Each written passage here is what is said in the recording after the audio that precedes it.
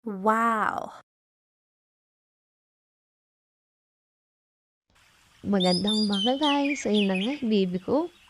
Kurap-kurap na, kakagising lang. Cute pa oh. Sinisiigag ko siya sa unan. Na-push yung buko niya, habang tinititigan.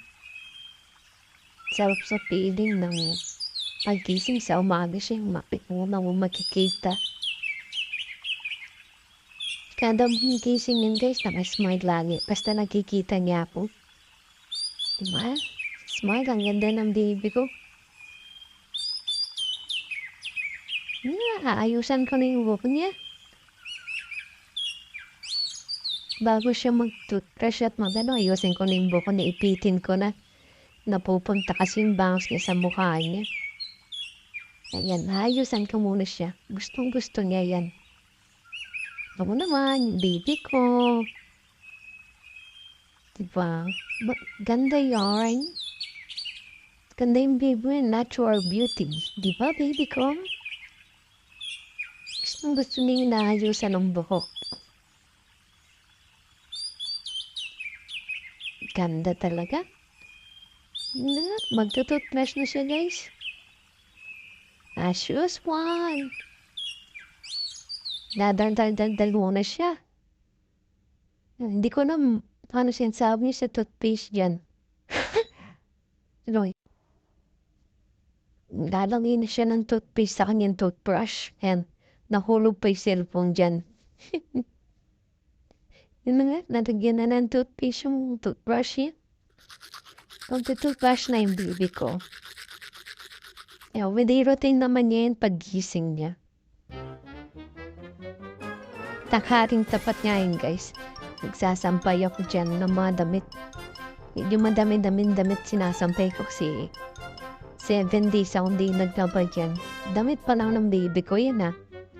Wala pa yung mga damit talaga namin. Siya na guys ha. Yan o. Taba-taba ako na. Pakanta-kanta pa ako dyan. Habang nagsasambay, para happy lang, di ba? Yamin damit ng baby ko. Sige, kanta pa more. Sana labahin. Mga pera na lang para hindi na uubos. Joke lang. Yung kapatid ko, hindi niya alam naka-video. Sinendalo ng pinsan ko. Hindi na alam naka-video ako.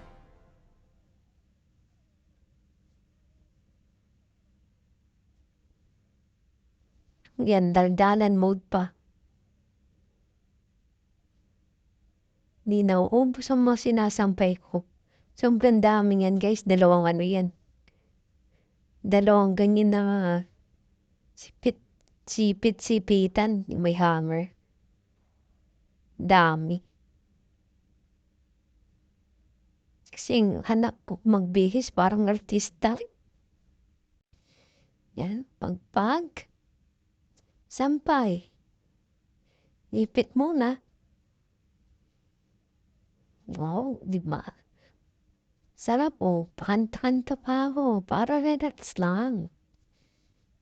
Enjoy life, ika nga. Ayan, kapatid ko, di ko naman binibigay niya.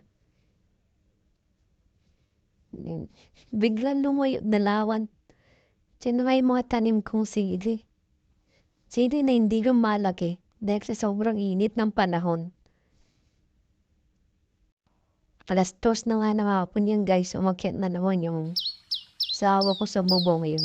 Nagdalagi ng bulkasil para sa mga tumutulong bubong. Tag-ulan na ngayon eh, kaya kailangan dapat yung mga bubong maalis yung tulo.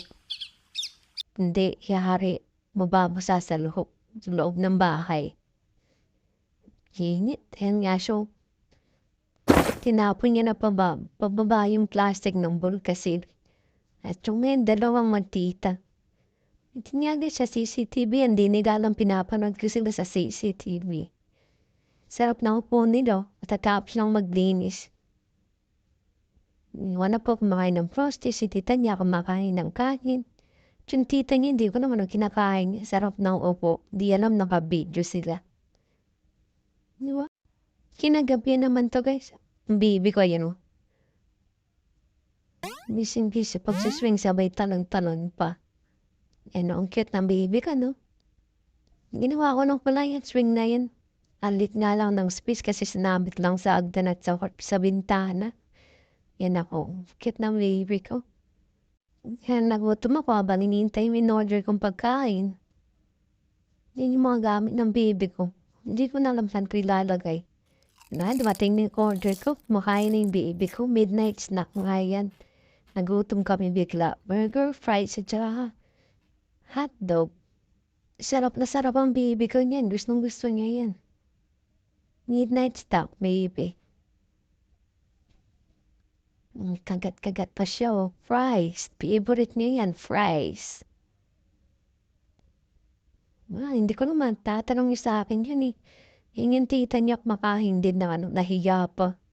Yung papa niya tsaka yung baby ko. Kakain siya ng fries. Yung tita niya, oh, pasayaw-sayaw pa siya. Oh, happy siya kasi kasama yung tita niya kumakain. Oh, di ba? Galing niya sumayaw. Maya-maya lang guys. Matutulog na kami, kumakain na siya. Bukas na lang guys. Bye-bye!